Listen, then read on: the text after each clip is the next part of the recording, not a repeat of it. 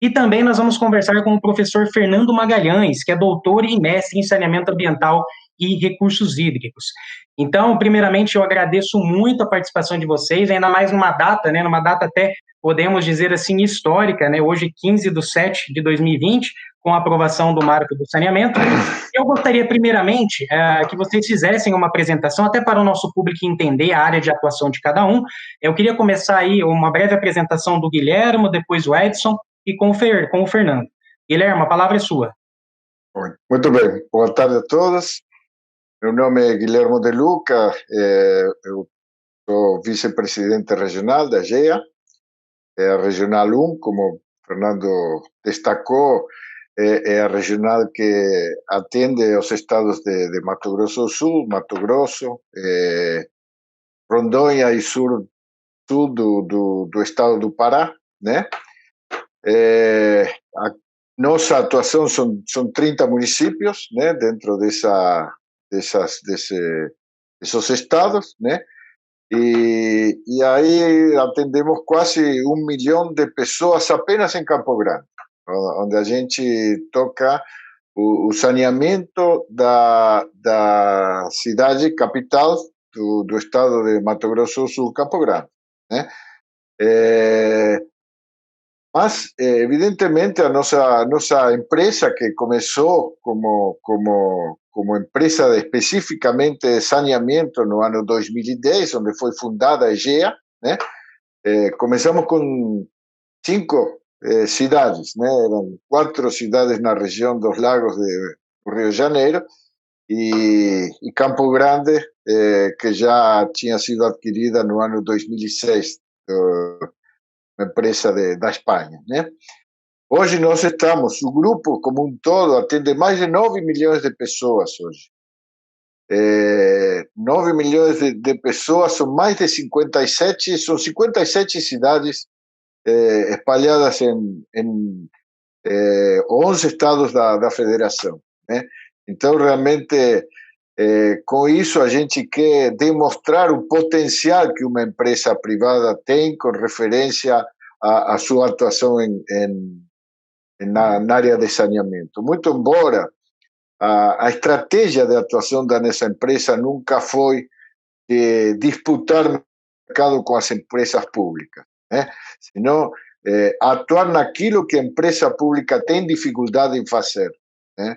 A gente identificou como uma estratégia muito adequada, porque isso permitiria que a gente trabalhe numa verdadeira parceria com as empresas públicas e poder avançar conquistando novos mercados. Nossa meta é tentar crescer de uma maneira tal que permita duplicar nosso tamanho em até 10 anos, né? Mas para isso a gente teve que fazer uma adequação muito grande dentro de seus quadros para entender o tipo de operações que a gente tem, né? Porque nós temos uma diversidade de folclores ao longo de todo o Brasil e isso nos obriga a nos adequar e nos ajustar de maneira muito muito estreita com cada cidade, com sua realidade, com suas necessidades, né? Dentro das nossas premissas, nós nos autodenominamos mestres em brasicidades, né? Porque realmente isso é o que está acontecendo com todas as operações nossas. Nós, por exemplo, hoje tocamos quatro cidades, são capitais de estado, né? Me refiro a Manaus, Campo Grande e Teresina, né? Mas também tocamos cidades de 4.000 habitantes, como União do Sul, em Mato Grosso, né? Nós administramos sistemas de saneamento de cidades com um PIB per capita de R$60.000 e também outros, por exemplo, o caso de Sorriso e Carlinda, por exemplo, com um sexto disso, R$10.000, né? Então, isso nos tem feito com que a gente se aprimore muito em customizar todas as nossas operações para que realmente elas cheguem à população, e que chegue à população mais carente, que chegue à população com mais, ou seja, as pessoas com mais necessidades, mais vulneráveis, em síntese, né?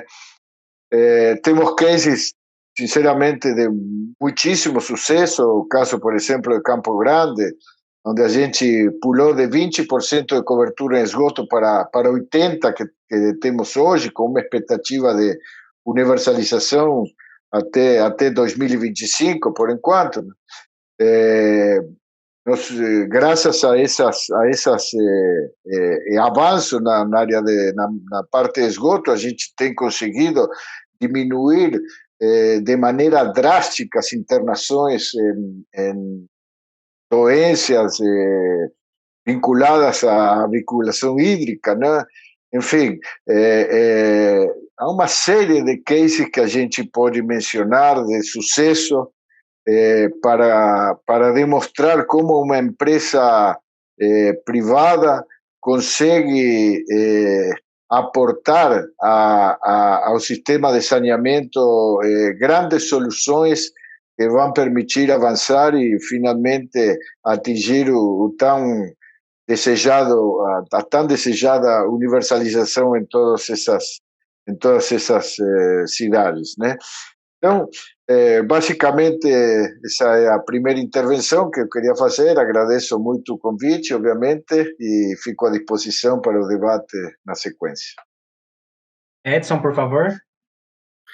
Bom, boa tarde a todos que estão nos vendo. Queria agradecer ao Fernando, Guilherme, ao professor Fernando, pela oportunidade de, mais uma vez, a gente estar podendo conversar sobre esse tema tão palpitante, né?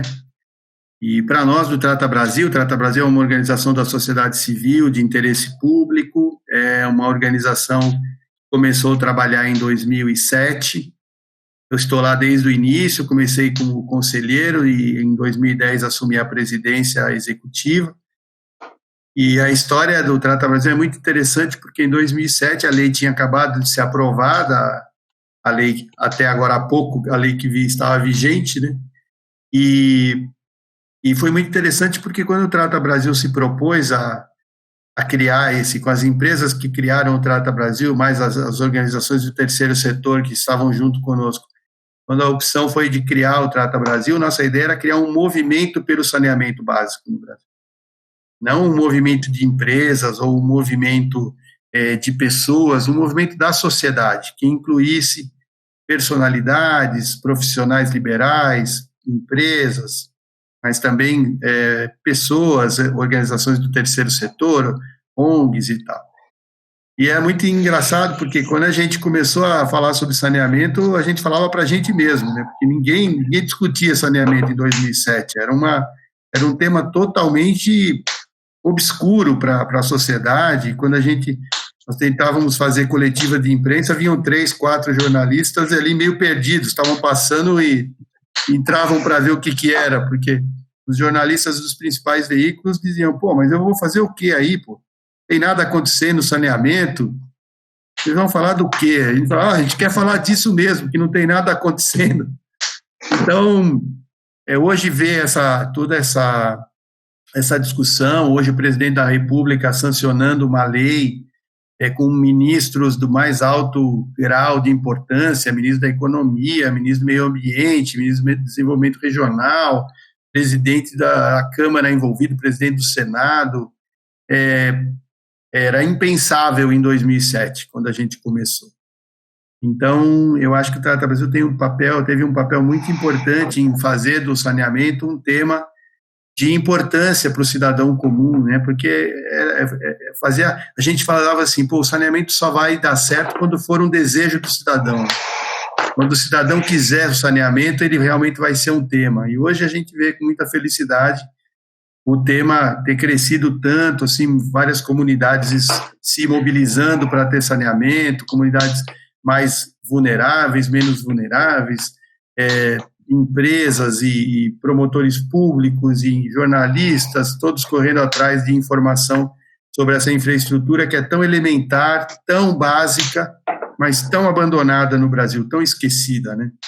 Então, hoje, o Brasil avançou em várias áreas, né? Nós estamos entre as 10 maiores economias do mundo, a gente exporta avião, exporta tecnologia, faz computador e não consegue entregar água para as pessoas ou coletar e tratar esgoto, né? Então, isso é uma situação, no mínimo, estranha, né? Como é que um país que atingiu um grau tão grande de desenvolvimento em algumas coisas consegue se enroscar numa infraestrutura que os países desenvolvidos já tinham no século XIX, né? Então, o Brasil é esse gigante com um pé no século XXI e um pé parado no século XIX, que é o saneamento.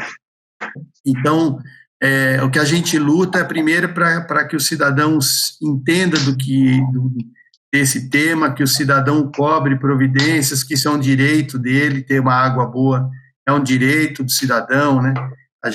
O Brasil é signatário de acordos internos e externos de levar o saneamento para todo mundo. Infelizmente, a gente não tenha conseguido avançar na velocidade que se imaginava quando a lei de 2007 foi promulgada, ou seja, em 20 anos, a gente ter o serviço para todo mundo. Então, a gente já avançou 13 anos da lei e os avanços foram muito pequenos comparativamente ao que falta, né? Então, em plena pandemia, a maior pandemia que esse planeta já viu, a gente continua com 35 milhões de pessoas que não têm água nem para lavar a mão.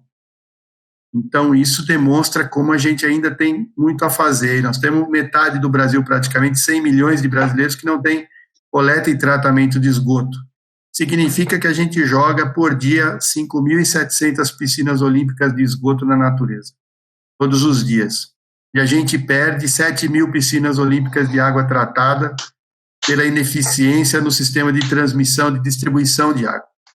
Então, quer dizer, além da gente não conseguir levar o serviço para todo mundo, a gente precisa corrigir muito do serviço que já foi instalado há muitos anos. Então, a gente tem que olhar para frente e para trás, ao mesmo tempo, né? Isso nos impõe um desafio muito grande, né? Nós estamos falando aí de pelo menos 500 bilhões de reais para resolver o problema, num momento onde a situação fiscal do Brasil é muito ruim, já vinha sendo muito ruim, e pós-pandemia, dificilmente a gente imagina que o setor público teria a condição de abarcar um desafio desse tamanho. Então, essa discussão do marco regulatório, ela veio antes da pandemia, mas a pandemia deu uma luz, um foco em cima de problemas que a gente já sempre teve e que a pandemia trouxe mais luz, como o sistema de saúde precário, como a dificuldade com leitos de especialização nos hospitais e também a parte sanitária que nos impõe doenças aí muito antigas que assolam ainda o brasileiro, junto com o coronavírus. Então, o que a gente vem dizendo é o seguinte: essas doenças não pararam por causa do corona, elas continuam atingindo as pessoas.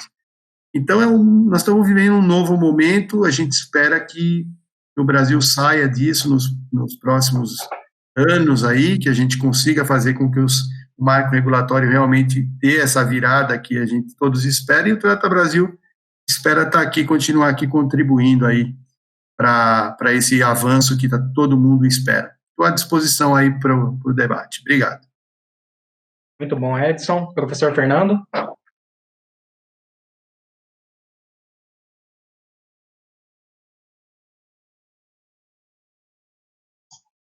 Pronto. Primeiramente, queria agradecer o convite. Muito obrigado, Fernando, aí por poder participar, né? Acho que nesse dia histórico, tá aí junto com o Edson e com o Guilherme, né? Para mim é um motivo de muita alegria. Acho que eu vou sempre lembrar desse dia, porque eu acredito que a partir de hoje a gente vai conseguir melhorar um pouquinho mais ainda com relação ao saneamento, né?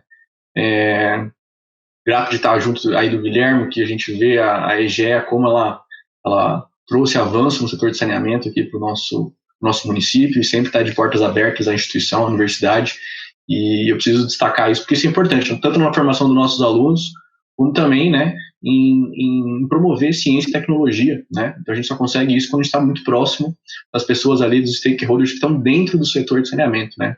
E o Edson, né, a gente estava comentando isso, acho que tem que frisar, acho que o Instituto Trata Brasil ele fez uma coisa que foi muito importante na área de saneamento, que é tornar o acesso à informação muito fácil, né? Hoje você entra num site e vai falar de saneamento, muito provável você vai ver fonte lá, Instituto Trata Brasil. Então eu estou muito contente de estar aqui com vocês, né? Para quem não me conhece, eu sou o Fernando, minha área é a engenharia sanitária, eu sou engenheiro sanitarista, me formei na época, né, ali por volta de 2007, né, então naquela transição aí da política nacional de saneamento básico.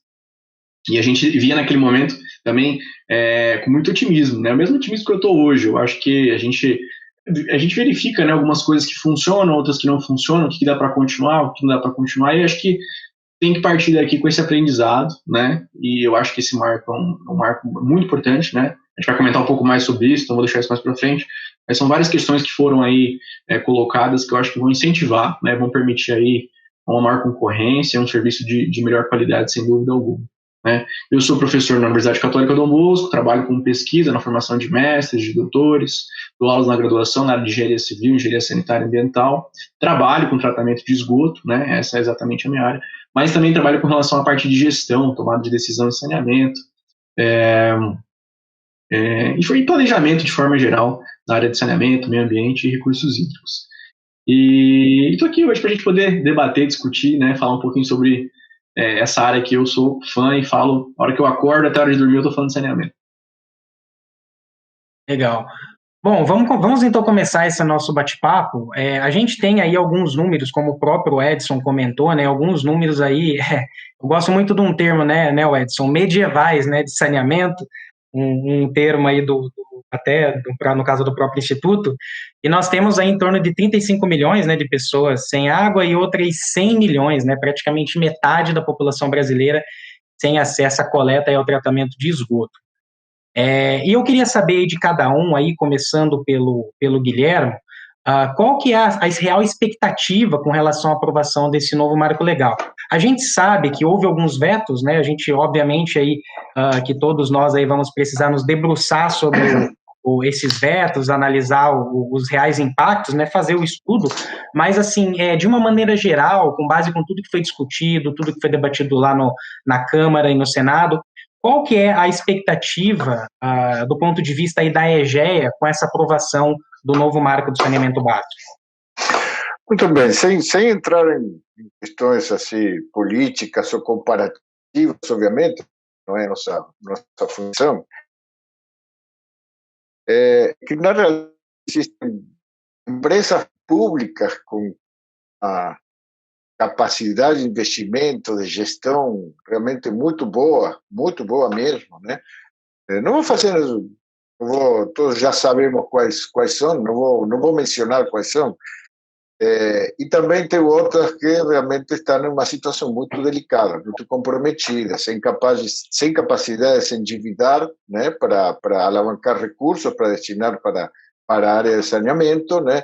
Em muitos casos a gente percebe elas com uma superpopulação de funcionários, né? Também a gente não quer entrar nesse mérito, mas é uma realidade, é objetiva a minha afirmação, né?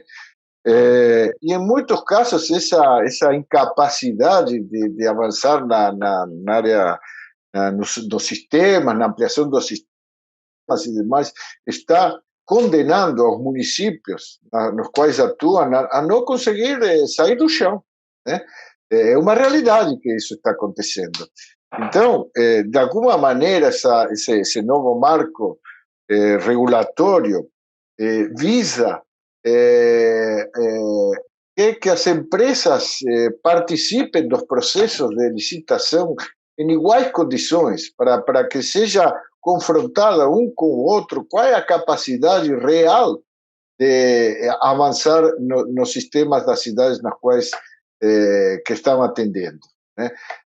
Basicamente, de modo geral, né, esse seria um dos grandes objetivos deste marco de saneamento, porque concordando e de alguma maneira ficando um pouco envergonhado com o que o Edson comenta, né, sobre o medievalismo, né, da nossa rede de cobertura de água e principalmente de esgoto, é uma coisa que a gente não pode se acostumar, não pode tolerar. Alguma coisa devia ser feita. Legal. E na visão do Trata Brasil, Edson, como que vocês avaliam? É lógico, né, a gente estava até discutindo anteriormente, né, sobre aí alguns vetos, a gente vai precisar se debruçar sobre esses artigos, né? Mas, assim, numa visão geral, né, na essência do projeto, eu sei que vocês participaram muito dessas discussões, né, tanto aí com todos os stakeholders, né, envolvidos aí na gestão do saneamento no Brasil. Queria aí uma visão geral desse processo aí, na visão do Trato. Bom, importante a gente dizer de onde veio esse marco regulatório, né? Porque eu acho que as pessoas em comum, logicamente nem todo mundo acompanha isso, parece que de repente caiu uma redação aí que ninguém queria, que hoje a gente escuta de tudo, né? Mas só lembrar que, na verdade, isso vem lá do governo Temer, quando a Casa Civil da Presidência da República começou a chamar as entidades do setor, as empresas operadoras, para discutir por que a lei de 2007 não tinha conseguido dar a velocidade que se imaginava para o saneamento. A gente tinha tido o PAC, saneamento, com quase 80 bilhões sendo colocados na época, o governo Lula e Dilma, quase 80 bilhões, e mesmo assim o saneamento não avançou numa velocidade grande. Depois se manteve nessa faixa de 12, 13 bilhões por ano e não conseguiu. Quando a gente olha os números não subiram muito. Então, havia uma dúvida, será que tinha faltado alguma coisa na lei de 2007 que estava impedindo que o saneamento, ou se a gente poderia colocar alguma coisa na lei que desse mais velocidade para o saneamento? E todo mundo foi chamado em Brasília para comentar. Eu fui umas 3, 4 vezes, todo mundo foi, para dar suas opiniões e tal. Uma das reclamações que se tinha era esse enorme número de agências reguladoras. E tem uma para energia elétrica, uma para telecomunicação, aviação, petróleo, e a gente já tinha mais de 50 agências reguladoras do saneamento, porque a lei de 2007 saiu assim. Ela deu a prerrogativa ao prefeito de escolher a regulação da água e do esgoto na sua cidade. Então, aí as próprias empresas estaduais reclamavam que muitas vezes tinham que conversar com 2, 3, 4 agências reguladoras diferentes, porque o número de municípios que elas atendiam era muito grande e era um diálogo difícil, porque uma tratava a tarifa de um jeito, a outra de outro, não havia uma normatização. Essa foi uma reclamação. Outra questão, o Trata Brasil, por exemplo, reclamou das áreas rurais, que ficaram ao largo da lei original. A questão da obrigatoriedade da conexão das casas nas redes, que também era um problema e continua sendo um problema. As pessoas muitas vezes não querem conectar a casa porque não sabem a importância, ou porque não querem pagar a conta, enfim, e isso ficava um abacaxi porque o setor não conseguia resolver, o prefeito não queria multar o cidadão. A titularidade do município também não tinha ficado claro na lei de 2007. Isso veio depois com uma ação do Supremo. Então, uma questão muito importante não tinha sido colocada formalmente na lei de 2007. E assim vai. E o setor privado questionando essa dificuldade de disputar os serviços de água e esgoto, porque os contratos de programa duram 30 anos, são renovados automaticamente. Então, a chance era mínima de você entrar numa cidade, a não ser um dia que o prefeito acordasse de saco cheio com a companhia e quisesse trocar. Mas, então, o setor privado nunca conseguiu ganhar escala no saneamento. Se o serviço público, de forma geral, tivesse muito bem obrigado, ok, não há problema nenhum. O problema é que a gente tem muitos lugares no Brasil onde o sistema não funcionava direito e o setor privado também não conseguia entrar. Bom, desse emaranhado de sugestões surgiu a MP 844. Depois virou 868, e depois virou o projeto de lei do Senado, que depois veio para a Câmara, e nasceu o da Câmara, que foi para o Senado. Então, na verdade, o marco regulatório veio de 2 anos de discussões. Dentro do setor com o governo, com as entidades do terceiro setor. Depois, tem mais 2 anos de debate dentro do parlamento. Então, nós estamos falando aí de um tempão de discussão e tal, para se chegar no que se chegou hoje. Pode ter coisa para melhorar? Com certeza tem. Tem coisa boa que ficou para trás nas negociações? Também tem. Mas o que se imagina é que com esse marco regulatório se cria um ambiente melhor para as próprias parcerias entre empresas públicas e privadas, para as PPPs, mas também uma responsabilização sobre áreas pobres, áreas vulneráveis, as favelas que também tinham ficado para trás, área rural, como eu comentei, a questão dos ministérios, muitos ministérios que gastavam recursos em saneamento sem conversar um com o outro, não havia integração, isso também foi uma reclamação que virou depois a criação do Comitê Interministerial. Então, tem muita coisa boa dentro do marco regulatório, além do público versus privado, que acabou virando a única coisa do marco regulatório. Não é. Tem muita coisa relevante, muitas coisas que o Trata Brasil brigava há muitos anos e que estão na redação. Infelizmente, tudo se simplificou nessa luta eterna de empresa pública versus privada, que, na minha visão, é uma visão atrasada de o que outras infraestruturas já venceram há muitos anos, e a gente continua se debatendo dentro do saneamento. O segredo está na cooperação, o segredo está na parceria, na complementariedade, quer dizer, onde eu não consigo fazer bem, você vem e faz. Claro, vai haver privatização de alguma companhia, algum governador vai vender, isso é natural do processo, mas isso não será, com certeza, o grande volume. O grande volume será de concessões, de PPPs, etc., como as que a gente tem visto. Então, a nossa expectativa, claro, a gente tem que, como o Fernando disse bem, nós temos que olhar os vetos, mergulhar no que saiu agora da sanção do presidente, não deu tempo ainda de avaliar, então vai ter que ter uns dias aí para amadurecer esses vetos, mas assim, o que nossa expectativa é que se crie um novo momento, um momento onde a gente olhe o cidadão e não a empresa, porque eu acho que a gente tem que olhar o cidadão. Se o cidadão está sendo bem atendido pela companhia, não importa que companhia é. Se o cidadão está sendo mal atendido pela companhia, não importa que companhia é, ela não serve. Seja ela pública ou privada. O fato de ser privado não dá um atestado de que ela vai ser ótima, e o fato de ser público não dá um atestado de que será ruim.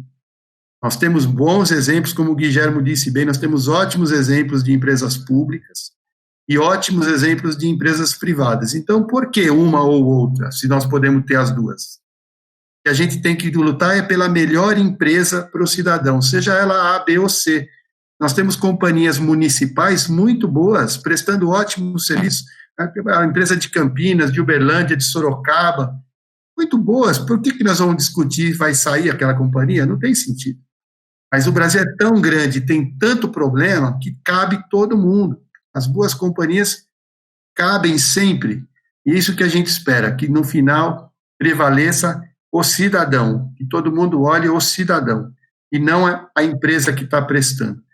Hoje eu participei de uma discussão de manhã e falei assim, não, mas a empresa privada visa lucro. Aí eu falei, precisa olhar no lucro da Sabesp, precisa olhar o lucro da Sanepar, o lucro da Copasa, todas as empresas têm que ter lucro, porque é do lucro que ela investe para levar o serviço para quem não tem, melhorar a qualidade do serviço. Então, essa ideia de que empresa pública não tem lucro, que a empresa pública é voluntária, que ela está prestando um favor para a sociedade, falei, pô, isso não existe há nem sei quando, desde que o mundo é mundo, né? Mas ainda tem gente que acha que a empresa pública faz aquele serviço assim porque Deus quer, né? E não é isso. Então, eu acho que a gente tem que quebrar esses mitos, o marco regulatório também está servindo para quebrar um pouco desses dogmas aí que se jogam em cima do saneamento, e então o que a gente espera é que a partir de agora a gente consiga dar mais velocidade ao atingimento, que no final nós temos aí que levar água para todo mundo, coletar e tratar os esgotos, isso que interessa mais do que empresa que vai prestar. Legal. Só fazendo um adendo, Edson, eu até verifiquei que, assim, a gente perdeu-se, né, muito tempo discutindo essa questão do público e do privado, e eu vejo que agora, no final, na reta final, que realmente a gente começou a discutir os outros aspectos positivos da legislação, né? Então, aí nós temos aí a questão da universalização, né, de você ter metas atreladas aos contratos de concessão. Acho que isso é o grande ganho, né? Então, a gente está falando aí de universalização até 2033, né, esgoto 90% e água 99%, acho que esse é o principal ganho. Eu, pelo menos pelo que estou acompanhando, acho que o mercado como um todo, inclusive o mercado das empresas estatais, aí no caso de economia mista, como você bem citou, Sabesp, Sanepar, se você verificar bem, as ações dessas empresas até hoje subiram, né? Porque acho que já está começando a entender que o mercado como um todo, que as boas empresas, as empresas com capacidade de investimento, sejam elas públicas ou privadas, elas têm muito a se beneficiar com o novo marco, né? Então... E outra coisa, viu, Fernando? E outra coisa importante que pouca gente fala, isso será uma grande abertura de mercado para as próprias empresas públicas. Isso que ninguém fala. Quando um município ou um bloco de municípios for licitado, as boas companhias públicas podem disputar aquilo junto com as empresas privadas e muitas vezes ganhar. Então, por que a Sanepar não pode disputar o Maranhão? Por que por exemplo, a Sabesp não pode disputar cidades no Rio Grande do Sul? Por que não? Pode, o espírito do marco regulatório é esse. Então, eu acho que, logicamente, por causa dessa radicalização que aconteceu ao longo do processo, as empresas públicas, mesmo as boas, se refutaram um pouco de entrar nessa questão para não dizer que estavam apoiando completamente o marco regulatório. Mas, no fundo, todo mundo sabe que elas também têm um grande espaço para crescer em cima desses milhares de municípios aí que precisam atenção, né? Então, é bom que as pessoas também saibam que a abertura desse mercado não será exclusiva ao setor privado, mas sim a todas as empresas que puderem provar que têm condições de resolver o serviço. Legal. Professor Fernando? Puxando um gancho com tudo que foi comentado, né? A gente fez um estudo, né, recentemente, ele ainda não foi publicado, mas vou dar alguns dados gerais que a gente olhou. A gente pegou os 100 maiores municípios do Brasil, né, em quantidade, então é um estudo que cabe para cidades maiores, é claro. E lá realmente a gente verifica que, por exemplo, com relação ao esgoto, usando 2 modelos de eficiência que a gente utilizou, modelos econômicos, para esgoto não teve diferença entre público e privado. Há empresas muito boas, né, públicas ou privadas, e empresas que também são públicas e privadas e não são tão boas, né? Com água, a gente observou uma tendência das privadas serem mais eficientes, né? Me parece, ali olhando alguns indicadores, que elas conseguiram reduzir um pouco mais as perdas, né?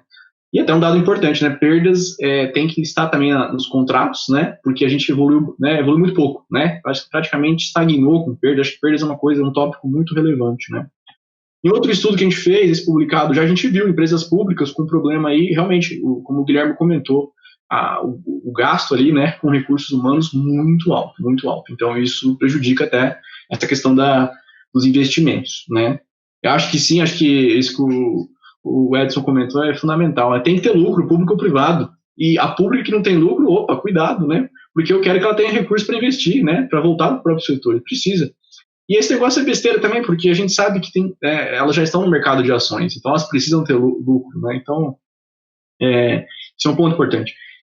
Eu olho com essa questão da regulação, né, que o Edson comentou, achei interessante, porque isso foi um dos pontos, né, nossa, tem muitas agências reguladoras, tem acho que mais de 2 mil municípios que não tem agência reguladora, então como é que esse foi um dos grandes problemas, né, e eu acho realmente que é difícil, se não tiver uma norma de referência, como agora a Agência Nacional de Águas deve implementar, fica difícil você tratar com várias agências reguladoras, né, mas eu acho o seguinte também, essas agências reguladoras, elas vão ter uma mudança, né? Elas vão estar recebendo, vamos dizer, essas normas de referência da Agência Nacional de Águas. E elas ficaram, né, algumas assim, dizendo, nossa, a gente já faz um bom trabalho, já temos o nosso sistema, tem que receber agora um outro tipo de normativa e tal. O conflito, né? Sempre aquele medo da mudança do conflito. Mas, por outro lado, se a gente pegar um histórico da Agência Nacional de Águas com relação a recursos hídricos, ela sempre foi muito boa em exatamente fazer esse papel de, né, descentralizar, olhar lá para o comitê de bacia, olhar para um órgão ambiental no estado e dar essas normas, essas diretrizes e também não entrar muito, deixar ali localmente aquilo ser resolvido. Então, eu acho que pela experiência da ANA, pode ser sim um ponto positivo, né, nessa forma que está sendo arranjada aí, né. Acho interessante comentar isso, né, começou lá com o governo Temer, saiu de uma MP, né, que depois ela não virou MP, agora é uma PL, né, então acho que talvez essa questão do público-privado ela foi muito discutida porque naquela época existia uma politização muito forte ali, né, aquela relação do governo, pós-impeachment, né, e que bom que amadureceu, né, eu acho que amadureceu bem essa nossa legislação agora, que foi aprovada, cabe realmente olhar agora esses pontos que foram vetados, tem que dar uma estudada nisso. Mas algumas coisas, por exemplo, que, né, a gente imaginava, por exemplo, que com o marco antigo ali, os planos municipais fossem melhores utilizados, e não foram, né? Infelizmente, vários planos já têm metas, né, já foram avaliados, foi feito junto à população, né, dá para discutir isso, mas isso não foi incorporado realmente nos contratos. Então, eu também, uma coisa que eu quero ver agora é como é que esses planos municipais vão se encaixar isso. Vai ficar só pro forma, como estava sendo, infelizmente, né? Ou a gente vai dar um pouco mais de ênfase a eles aí, que eu acho que eles são importantes, são adequados, né? Acho que é isso, mais ou menos. Legal. E eu queria perguntar agora para o Guilhermo, né? Primeiramente, aí a gente já falou um pouco de quais são os principais aspectos dessa nova lei, né, do Marco Legal. Mas como que esse marco legal, né, na visão aí da própria AEGEA, né, de que maneira, e aí eu vejo também que tem toda uma questão de segurança jurídica, né, de que maneira isso pode contribuir, o Guilhermo, para uma maior segurança jurídica nessas concessões, né, e para o avanço rumo à universalização? Em síntese,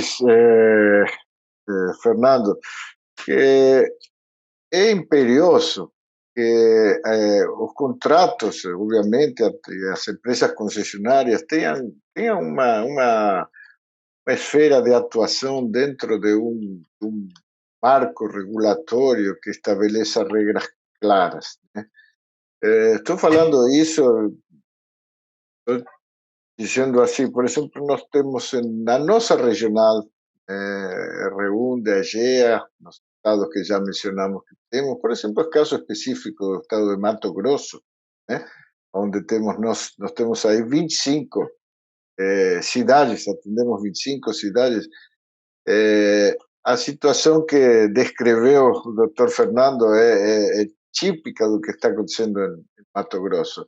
Temos agências reguladoras, alguns que partiram para a agência reguladora estadual, outros que não têm agência reguladora, outros que têm agência reguladora própria, outros municípios que utilizam agências reguladoras de outras cidades através de convênios, né? Então, tudo isso começa a criar uma disparidade de interpretações muito grande. Então, concordando aqui tanto com o professor Fernando quanto com Edison, vai ser fundamental o papel da Agência Nacional das Águas, né, como uma entidade reitora dentro da atividade, da qual possam emanar diretrizes e recomendações para que as operações sejam muito mais previsíveis. Certamente, apresentar um conjunto, um arcabouço de dispositivos que tenha interpretações coerentes, racionais e coesas entre si, vai gerar um clima muito favorável para despertar o interesse das empresas privadas e, obviamente, isso vai trazer novos players dentro do mercado. Todos nós sabemos que a diversidade de players nos faz muito mais competitivos a todos, né? Nós saudamos e aplaudimos a iniciativa também, porque além da EGEA ser uma empresa movida a desafios, né, entendemos que isso, num contexto de competitividade e de competência sadia e competente, boa, vai nos permitir crescer dentro das expectativas que todos nós dentro da EGEA temos. Legal. O Edson, eu queria uma fala sua, né, sobre essa questão da ANA, né? A ANA agora, pelo que a gente pode ali entender, né, do marco legal, ela vai servir como uma agência reguladora a nível nacional, né? Estabelecendo ali como que essas agências reguladoras têm que atuar. Então, procedimentos, metas, as questões aí do contrato, de reequilíbrio, enfim. Eu queria um comentário seu nesse sentido. O que o Instituto Trata Brasil entendeu dessa questão da ANA agora como ente federativo regulador? Eu acho que foi um dos grandes ganhos que o marco regulatório trouxe. no começo da discussão na MP 844, havia muita dúvida, muita crítica a se ter colocado a ANA lá. Mas por quê? Quando a gente levou a esses pleitos de que era confuso, muitas vezes, lidar com várias agências reguladoras, nós não, né? A Trata Brasil nem pensava nisso. As empresas, principalmente as empresas que têm muitos municípios, né, questionavam. O governo analisou o que já tinha de estrutura dentro do governo para não criar mais uma coisa. E dentro do governo, o que tinha mais próximo era a ANA, Agência Nacional de Águas. Então, se verificou se era possível que a ANA agregasse mais esse trabalho, uma vez que ela já era especializada em recursos hídricos. Então, no começo, houve uma grande dificuldade até da ANA mesmo se enxergar fazendo esse papel. Eu sei porque eu conversei com pessoas da ANA, até da diretoria, e eles não se viam dentro desse papel de ser criadores de normas para as demais agências reguladoras. Então, havia muita crítica das agências reguladoras que já existem, achando que a ANA ia tirar o papel delas. Havia crítica da ANA de que não tinha esse know-how para poder fazer. Havia crítica de tudo que é lado. Eu acho que, com o tempo, todo mundo foi entendendo, principalmente as próprias agências reguladoras existentes, e aí eu queria chamar a atenção que o papel da Cristiane, presidente da ANA, foi muito importante. Ela teve uma lucidez e uma tranquilidade muito boa em todas as audiências públicas. Ela colocou com muita franqueza que o papel da ANA era de agregar, era de ajudar, era de decidir junto, aprender junto com as agências reguladoras, que ela não queria ser a dona da verdade na regulação do saneamento, que ela não era a dona da regulação do saneamento no Brasil, e com isso as resistências foram sendo derrubadas, e hoje pouquíssimas pessoas criticam o papel da ANA, que todo mundo viu que é necessário, porque ninguém vai interferir na regulação local. A regulação local continua sendo da agência reguladora que já existe, ela que vai fiscalizar o operador, ela que vai lá ver se está cumprindo as metas. A questão é, vamos fazer tudo da mesma forma. Então, a Agência Reguladora do Pará e a Agência Reguladora do Rio Grande do Sul, guardadas as peculiaridades locais, elas vão trabalhar embaixo do mesmo guarda-chuva jurídico, normativo, vai analisar a tarifa do mesmo jeito, equilíbrio de contrato do mesmo jeito, vai analisar metas, cobrar metas e indicadores do mesmo jeito. Isso dá estabilidade, dá tranquilidade jurídica para quem investir, de que independente de que lugar do Brasil ele for atuar, ele vai estar conversando embaixo do mesmo guarda-chuva. Então, eu acredito que passado esse momento de grandes críticas e tal, eu acho que hoje todo mundo entendeu que o papel da ANA será muito bem-vindo. Hoje ela não tem essa capacidade ainda, é preciso deixar claro, ela precisa se estruturar. Na própria lei tem mais de 200 cargos que precisam ser preenchidos, então ela vai buscar profissionais que já são do saneamento, já atuam na regulação do saneamento, para não começar do zero, e então a gente acha que rapidamente a ANA vai se constituindo um grande instrumento de ajuda para o saneamento. Certo, e é importante a gente comentar também, né, o Fernando, Edson e Guilherme, né, o novo marco do saneamento, quando a gente está falando de tratar esgoto, né, a gente está falando também de benefícios para a saúde e benefícios ambientais, né. Quando o Edson fala, né, nós lançamos 5.700, né, Edson, 5.700 piscinas olímpicas de esgoto todos os dias nos nossos corpos hídricos, na verdade a gente está inviabilizando o uso, né, desses recursos hídricos, né, a gente sabe que o esgoto é poluente, o esgoto precisa ser tratado antes de ser lançado nos corpos hídricos, e pior ainda, né, as áreas não atendidas por rede coletora, a gente sabe que é uma deficiência muito grande, né? A fossa, o tanque séptico, né, como a gente diz, ele não costuma ser uma solução muito adequada, você acaba ali contaminando o solo, os recursos hídricos. Eu queria uma fala do professor Fernando, que eu sei que isso é muita pesquisa, né? A linha de pesquisa dele, essas soluções individuais de esgotamento sanitário. Assim, com relação a... Só antes queria fazer um gancho ali com o que o Edson falou, né, nesse âmbito da regulação. É interessante isso, né, porque isso já começou mesmo, realmente. Hoje, a ABAR, né, que é a Associação das Agências Reguladoras aí do Brasil, já emitiram um documento para a ANA, para auxiliar a ANA, né, dando algumas diretrizes, pontuando algumas coisas que são importantes para que a hora que essas normas aí padronizadas de regulação retornarem para as próprias agências, né, elas já tenham alguma informação do que as agências entendem que é adequado, né. Hoje elas passam pela metodologia, pela iniciativa Acertar, não sei se vocês conhecem, mas é um programa ali, onde está tendo uma melhor eficiência das próprias agências reguladoras em realizar esse processo de regulação, né, junto com o GIS, que é da Alemanha. Então, é um programa bem interessante, que cabe mostrar que a nossa regulação vem se melhorando, e eu acho que, junto à ANA, isso vai caminhar melhor ainda. Ô, Fernando, só um minutinho, preciso só passar um aviso. O pessoal que está nos acompanhando pelo Instagram, o tempo lá, o limite de 1 hora está acabando, então só peço que vocês acompanhem aí no YouTube, né, das concessionárias da EGE Saneamento, para não perder aí a continuidade da live. Por favor, Fernando. Beleza. Não, e aí colocando essa questão da regulação, né, como um avanço, né, e puxando esse gancho com relação às fossas, eu vejo uma insegurança muito maior com relação à questão ambiental do que exatamente a regulação, né? Então você tem estados, você tem municípios que tem às vezes um instituto, um órgão ambiental ali, onde libera algumas tecnologias como essa, sistema de fossa-filtro ainda, em regiões que não poderia existir, né? Eu não sou contra o saneamento descentralizado, pelo contrário, eu acredito muito que saneamento descentralizado, em algumas situações, elas são fundamentais para a gente universalizar. Nós não vamos ter 100% de rede coletora para todo cidadão. Nós vamos universalizar com sistema centralizado e descentralizado, né? Agora, tecnologia, né, ineficiente, que coloca em risco os cidadãos, porque a gente sabe que fossa séptica às vezes é liberado, tanque séptico, fossa filtro, mas nem sempre. A gente tem exatamente um sistema desse. Tem uma fossa lá, uma fossa negra, uma vala de infiltração direto.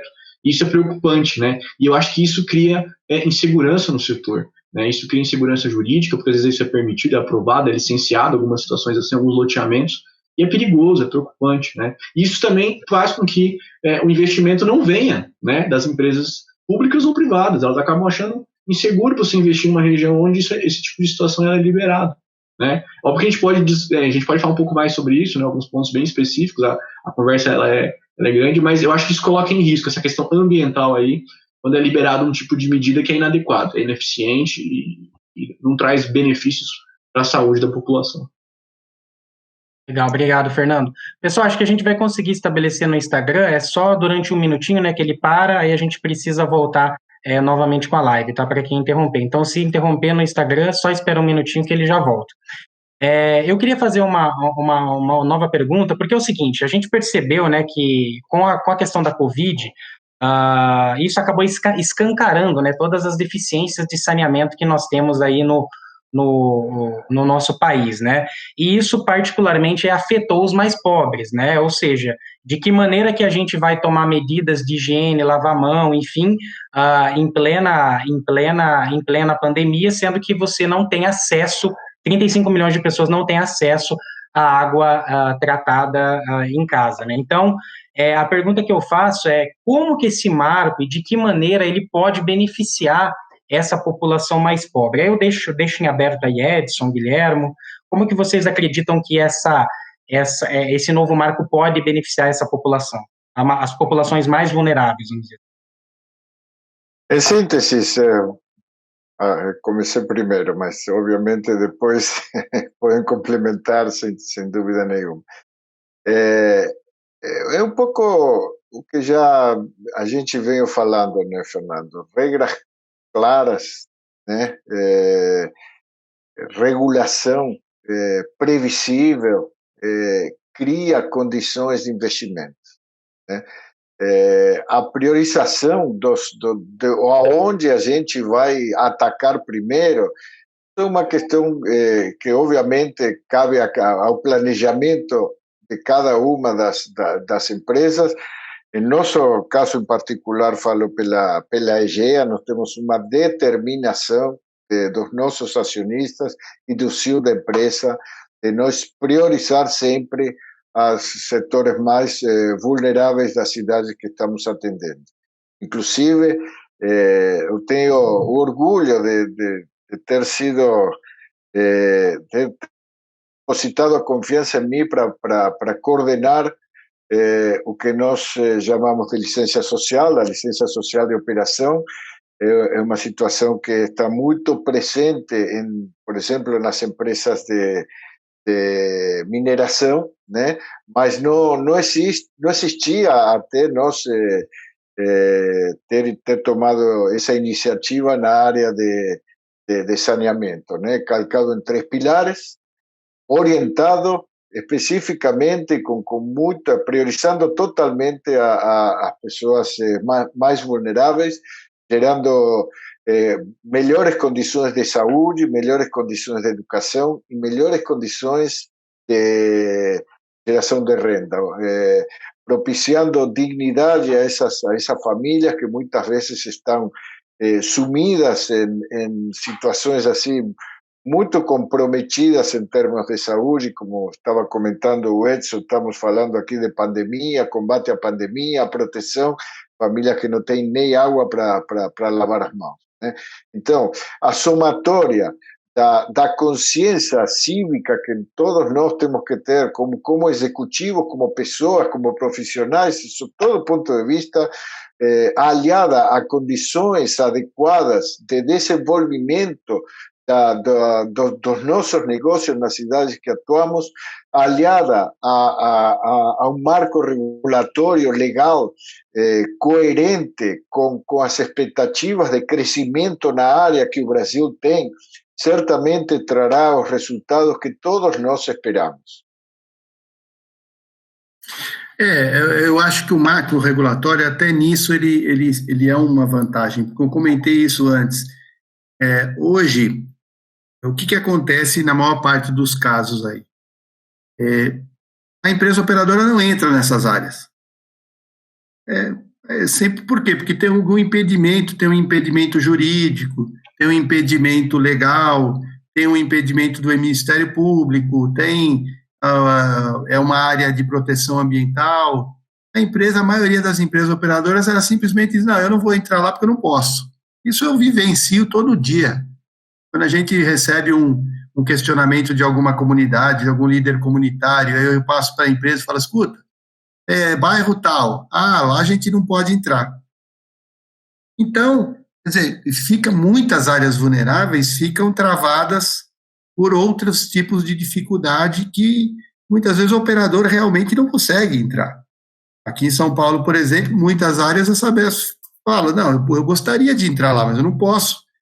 O Ministério Público não deixa, ou a CETESB não deixa, que é o órgão ambiental, e se eu entrar eu sou multado, então eu preciso ter alguém precisa autorizar a entrada do operador, seja o prefeito, seja o Poder Judiciário.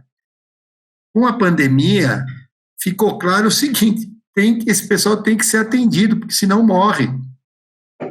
Então, essas questões burocráticas que dominaram essa discussão até agora, elas vão ter que sumir. Porque não dá tempo de levar o serviço quando a crise chega. Aqui foi uma operação de guerra, a Sabesp esticando a mangueira para todo lado, aumentando a pressão da bomba, instalando caixa d'água no meio das favelas, instalando pia em população de rua. Por quê? Porque era isso ou isso mesmo. Então, quando a gente fala de 99% da população com água e 90% da população com coleta e tratamento de esgoto, esse pessoal vai ter que entrar nessa conta. Então, vai ter que se encontrar mecanismos, vai ter que ter um arranjo institucional novo para que essas pessoas sejam atendidas, nem que não seja com redes definitivas, com redes provisórias, com sistemas, tecnologias diferentes, tecnologias específicas para essas áreas. Muitas vezes essas áreas não têm como ser atendidas pela lógica das grandes redes, grandes estações de tratamento. Você precisa de estações compactas, você precisa de soluções quase unifamiliares, dependendo de qual é o adensamento das moradias, você não tem como passar rede subterrânea, tem que passar rede aérea, enfim. Tecnologia tem. A questão é, isso faz parte do escopo do operador, sim ou não? Essa resposta não é unânime. Então, essa resposta que o Guilherme deu, que eu conheço o trabalho que a EGEA faz, infelizmente ela é exceção em muitos casos.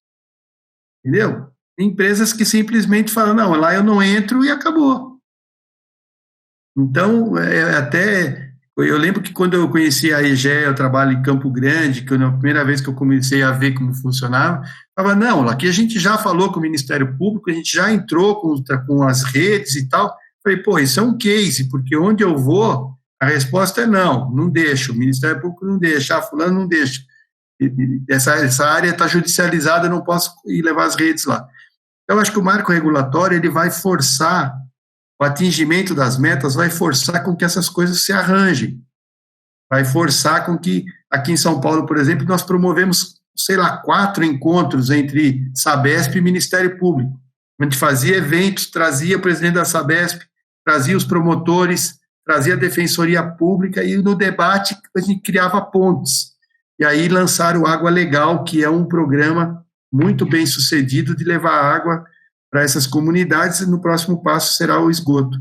Mas isso não existia. No Rio Grande do Sul está tendo um trabalho muito interessante também de levar isso, Mato Grosso do Sul, Espírito Santo, onde o Ministério Público está num trabalho bem proativo junto com a empresa operadora para levar o serviço para essas áreas. Isso precisa ser a regra a partir de agora e não mais a exceção. Né?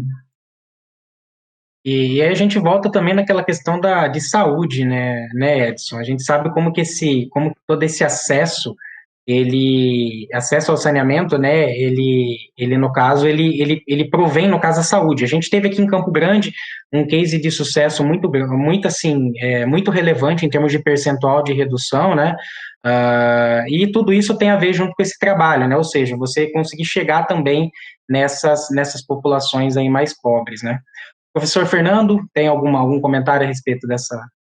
Eu acho que é importante comentar que nesse novo marco está sempre previsto, né, os subsídios, né, então a gente não pode esquecer que está até mais regulamentado do que antes, eu acredito.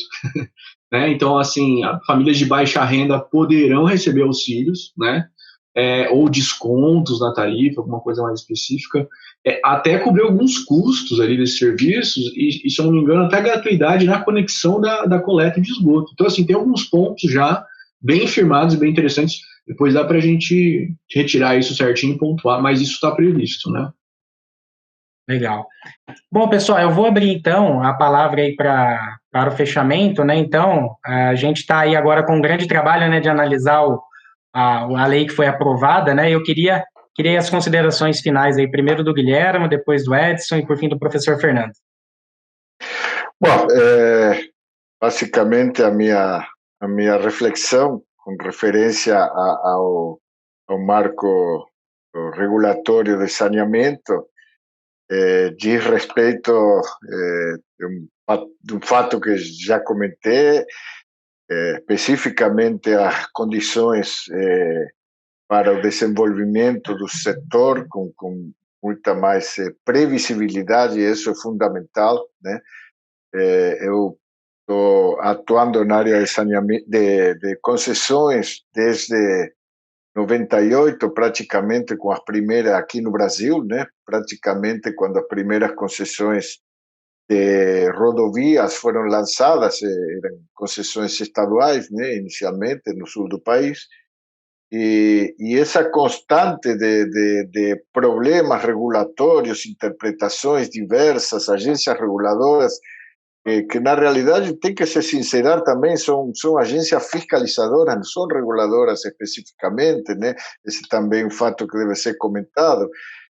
Sempre padecemos esse tipo de problemas. Então, partir com regras claras, com regras previsíveis sobre o que vai acontecer, como os negócios vão ser desenvolvidos, de que maneira são interpretadas e são olhadas todo o arcabouço legal que regula as concessões, criará, sem dúvida nenhuma, um ambiente na qual o saneamento terá condições de avançar e atingir patamares de cobertura como que todos nós esperamos, né? Essa é a minha reflexão. Muito obrigado. Bom, queria agradecer aí a oportunidade, Fernando, Guilherme, professor Fernando, queria agradecer aí a oportunidade, sempre um prazer poder debater e levar informação para os públicos diversos, né?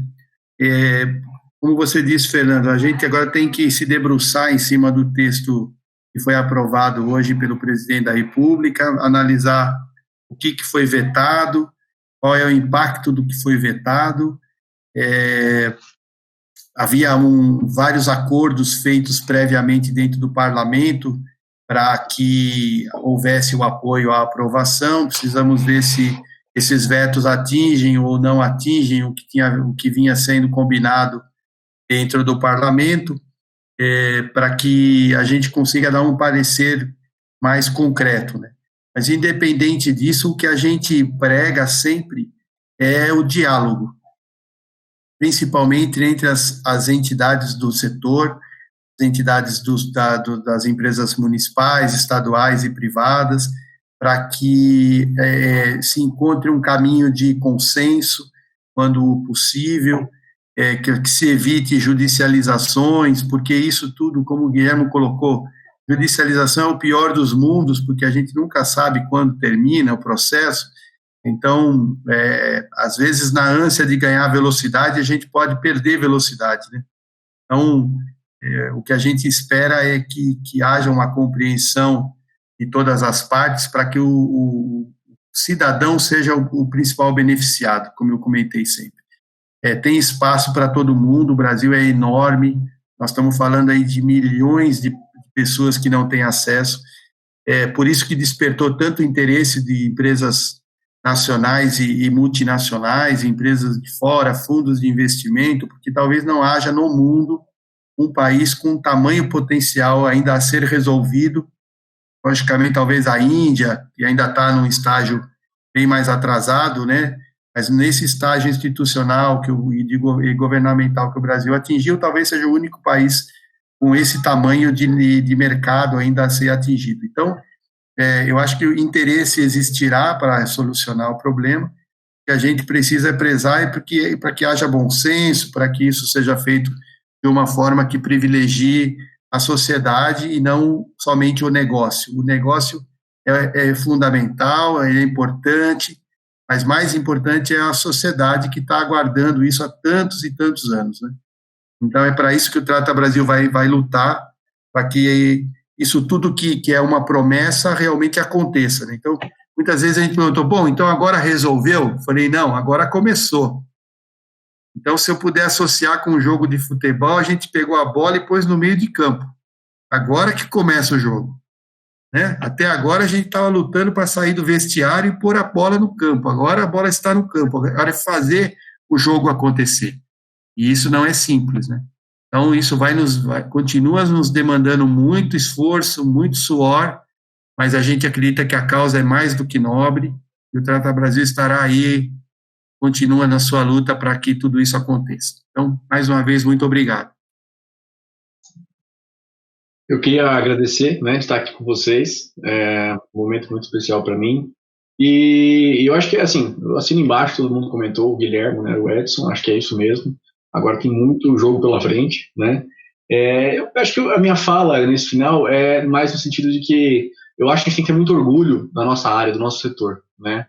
Eu acho que o Instituto Trata Brasil leva informação, e a gente precisa levar cada vez mais informação, né? Eu acho que as empresas privadas, para entrarem mais nesse setor, elas vão precisar levar mais informação ainda, né? Mostrar qual é realmente a vantagem de se investir em água e esgoto, né? Eu vejo alguns setores muito bem organizados, por exemplo, a Agência Nacional de Águas, né, e esse nosso sistema agora novo de saneamento, ele é um pouco pensado lá como foi a ANEEL, setor elétrico, muito bem organizado, regulado, etc. Querendo ou não, tem muito a ver, né?